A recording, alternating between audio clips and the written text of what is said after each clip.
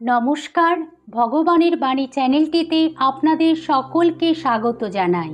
অশান্ত মনকে শান্ত করতে পারে ভগবানের বাণী। একটার পর একটা সমস্যা আসতে থাকলে আর ভালো লাগে না, জীবনটা যেন বোঝা হয়ে ওঠে। এমন পরিস্থিতি থেকে বেরিয়ে আসতে হলে একটি কাজ অবশ্যই করুন। কি সেটি? এটাই আজকের ভিডিওটিতে আলোচনা করব। বন্ধুরা, ভিডিওটি প্রথম থেকে শেষ পর্যন্ত দেখুন। আর আমার চ্যানেলে যেসব বন্ধুরা নতুন তারা চ্যানেলটি সাবস্ক্রাইব করবেন প্লিজ। আর ভিডিওটি ভালো লাগলে একটা লাইক দেবেন। আপনার একটা লাইক আমার অনুপ্রেরণা হয়ে উঠবে। তাহলে চলুন বন্ধুরা বিষয়টি আলোচনা করি। গঙ্গা তীরে দক্ষিণেশ্বরের কালীবাড়ি, মা কালীর মন্দির। আর এই কালী মন্দিরের পূজারী হলেন শ্রী শ্রী ঠাকুর রামকৃষ্ণ। আর এই মন্দিরের দ্বাদশ শিব মন্দিরের ঠিক উত্তরে শ্রী শ্রী পরমহংসদেবের ঘর। ঘরের পশ্চিম দিকে অর্ধমণ্ডলাকার বারান্দা। আর এই বারান্দায় দাঁড়িয়ে ঠাকুর গঙ্গা দর্শন করতেন। এই বারান্দায় বসেই পরমহংসদেব ভক্ত সঙ্গে বসতেন, ঈশ্বর সম্বন্ধীয় কথা বলতেন বা সংকীর্তন করতেন। ভক্তরা এখানে তার জন্মোৎসব পালন করত, তার সঙ্গে বসে কীর্তন করত। আবার তিনি ভক্তদের সঙ্গে বসে কতবার প্রসাদও গ্রহণ করেছিলেন। মুড়ি, নারকেল, লুচি, মিষ্টান্ন এই সব একসঙ্গে বসে খেতেন। এই বারান্দাতেই তিনি নরেন্দ্রকে দর্শন করেছিলেন, করে সমাধিস্থ হয়েছিলেন। কত গৃহস্থ ভক্তরা ঠাকুরের কাছে এসে মনের দুঃখ, কষ্ট, নানা সমস্যার কথা জানাতেন। ঠাকুর শ্রীরামকৃষ্ণ অতি সহজ সরল উদাহরণ দিয়ে তাদের মনের সব দুঃখ কষ্ট দূর করে দিতেন। সংসারী মানুষদেরকে তিনি কখনোই সংসার ত্যাগ করে ঈশ্বরের সেবা করার কথা বলতেন না। শুধু মন থেকে কামিনী কাঞ্চন ত্যাগ করে মনটাকে ঈশ্বরে দিয়ে রাখতে বলতেন।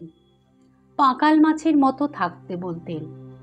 পাঁকাল মাছ যেমন কাদায় থাকে কিন্তু কাদা লাগে না, তেমনি সংসারীরা সংসারে থাকবে কিন্তু সংসারে কামিনী কাঞ্চনে জড়াবে না। আর এই জন্য ঈশ্বরের প্রতি অগাধ বিশ্বাস ও ভক্তি রাখতে হবে। তাহলে যে কোনো সমস্যা আসলে, বিপদ আসলে অনায়াসে মুক্ত হতে পারবে। ঈশ্বরের নামে এতটাই জোর আছে। তিনি বলতেন, সংসারে থেকেও যদি ঈশ্বরের কাছে আত্মসমর্পণ করো তাহলে কোনো সমস্যা প্রাচীরের মতো হতে পারবে না। কোনো সময় নিজেকে একা বোধ হবে না। সর্বদা মনে হবে তোমার সঙ্গে কেউ আছে যে তোমায় মন খারাপ করতে দেবে না। বন্ধুরা, এই বিষয়ে ঠাকুর শ্রীরামকৃষ্ণ একটি গল্প বলেছেন, চলুন সেটি শুনি।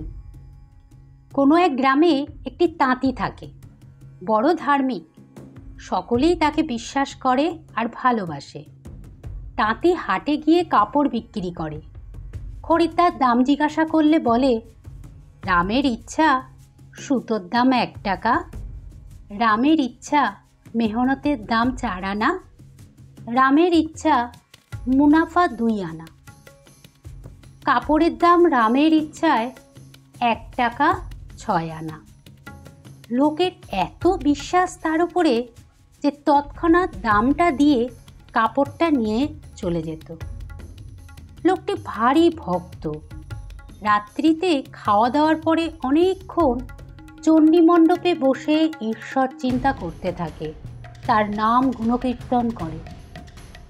একদিন অনেক রাত হয়েছে, লোকটির ঘুম হচ্ছে না, বসে আছে, একবার তামাক খাচ্ছে আর মনে মনে ঈশ্বরের নাম করছে।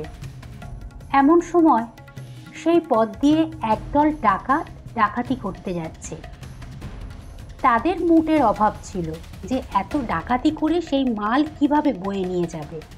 তাঁতিকে দেখে তাদের মনে হলো তাকে মুটে বানানো যায়, তাই তার হাত ধরে টেনে নিয়ে আসলো, নিয়ে তাদের সাথে নিয়ে গেল। তারপর একজন গৃহস্থের বাড়ি গিয়ে ডাকাতি করল। কতকগুলো জিনিস তাঁতির মাথায় দিল। এমন সময় পুলিশ এসে পড়ল। ডাকাতেরা তো পালালো। তাঁতিটি কি করলো? ওখানেই দাঁড়িয়ে রইল। পুলিশের হাতে ধরা পড়ল। সে রাত্রি তাকে হাজতে থাকতে হলো। পরদিন ম্যাজিস্ট্রেট সাহেবের কাছে বিচার। গ্রামের লোক জানতে পেরে সবাই এসে উপস্থিত। তারা সকলে বলল, হুজুর, এই লোক কখনো ডাকাতি করতে পারে না। সাহেব তখন তাঁতিকে জিজ্ঞাসা করলে, কি গো, তোমার কি হয়েছে বলো। তাঁতি বললে, হুজুর, রামের ইচ্ছা আমি রাত্রিতে ভাত খেলুম। তারপর রামের ইচ্ছা আমি চণ্ডী মণ্ডপে বসে আছি। রামের ইচ্ছা অনেক রাত হলো।